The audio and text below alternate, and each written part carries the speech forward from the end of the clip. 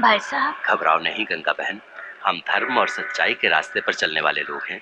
और फिर ये भी तो एक मंदिर है, इंसाफ का मंदिर। तुम देख लेना, राम शास्त्री बाइज्जत बरी कर दिए जाएंगे। भैया, ये साधु जी कौन है?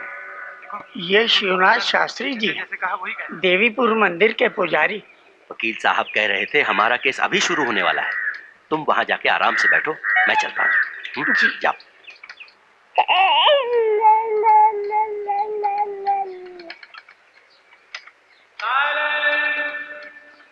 और ये औरत?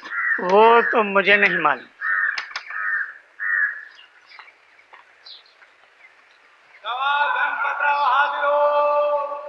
नट्टू, लगता है इसका पति किसी लफड़े में फंसा हुआ है। खूबसूरत औरत, गोद में बच्चा, कहीं पड़ जाए तो माल अच्छा मिलेगा।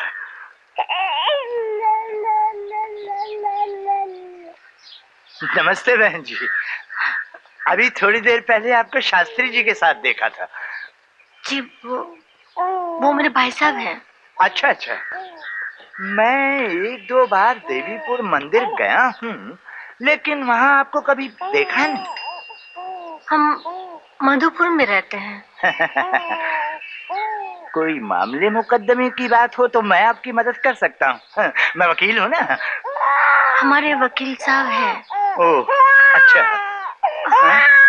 ये आपका बच्चा बहुत रो रहा है, भूख लगी है शायद।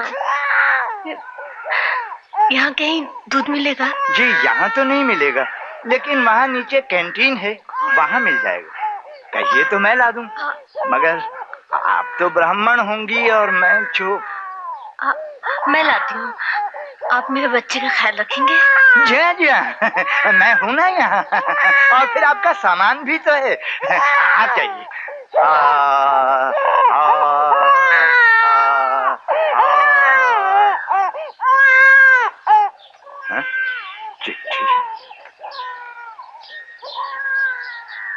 गंगा देवी मधुपुर, शिवनाथ शास्त्री देवी। लगता है आसानी से पटने वाली नहीं है। बहुत कड़की है। नट्टू, मैं कहता हूँ लालच छोड़, सिर्फ बच्चा ही क्या बुरा है, कुछ तो मिलेगा। भाई साहब, क्या हुआ भाई साहब? आप बोलते क्यों नहीं? मैंने गलत सोचा था गंगा बहन, दौलत के सहारे झूठ सच बन जाता है। इंसाफ की कुर्सी पर बैठने वाले देख नहीं सकते, सिर्फ सुन सकते हैं। ये आप क्या कह रहे हैं? चोरी के इल्जाम में राम शास्त्री को 1 साल की सजा हो गई। नहीं।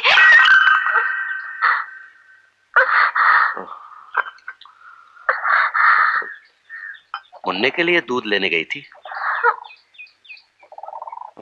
मुन्ना कहाँ है?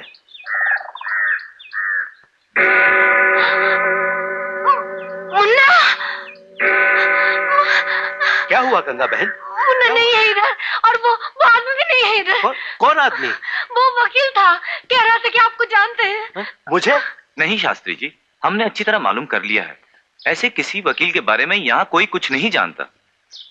हमें लगता है उस बदमाश का बच्चे चुराने वाले किसी गैंग के साथ ताल्लुक है। भिखारी, ये कौन सा धंधा है? मैं कोई भीख मांगता हूँ?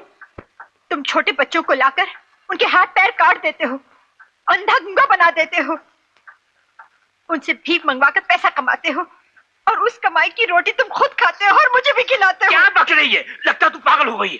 चुप रहो। आज पता चला कि भगवान ने मेरी गोद क्यों सुनी रखी है।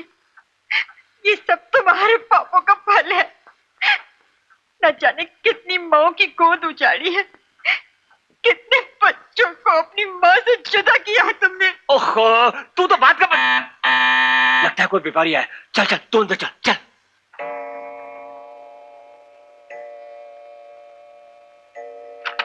अरे तुम, ये क्या है? अरे पहचाना नहीं, बच्चा बेचने आया हूँ। अरे कमीनी से लेकर तू जा क्यों है? यशोदा को शक हो गया। तब आओ यहाँ से। धक्के क्यों दे रहा है? माल दे और ये बता कि इसे कौन से अड्डे पे पहुंचाऊं।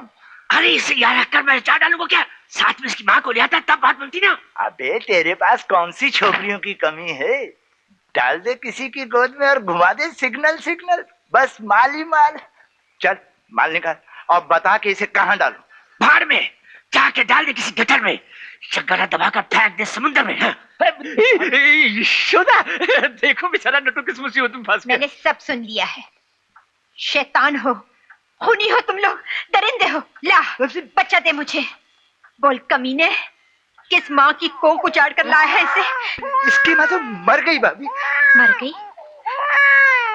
ठीक है, आज से ये बच्चा मेरा है। अरे यशोदा जी तुम चुप रहो। अब खड़े खड़े मुंह क्या देख रहा है? अच्छा, तो तुझे बच्चे के दाम चाहिए? ये ले, जाकर अपने श्राद्ध का बंदोबस्त कर, कमीने। इसे हाथ मत लगाना, मुझे दे। अरे भाभी ने बच्चा गोद लिया है, इसकी कीमत तो 300-400 रुपए होगी। चल तू मुझे 200 ही दे दे। 200? और नहीं तो क्या, फोकट में रेडीमेड बच्चे का बाप बनेगा। तोले में पुलिस। पुलिस? अरे बाप रे, अरे दरवाजा खोलो।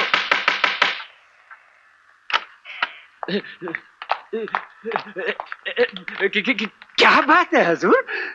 You are under arrest mister Chhaganlal. लेकिन मेरा कसूर क्या है? हम तुम्हारे सारे अड्डे रेड कर चुके हैं। हा? तुम्हारे आदमी हमारी हिरासत में हैं। अब तुम्हारे घर की तलाशी। आप? ये मेरी धर्मपत्नी है। और ये बच्चा? ये बच्चा मेरा है। हाँ हुजूर, ये बच्चा हमारा है। ठीक है, आप रास्ता छोड़ दीजिए।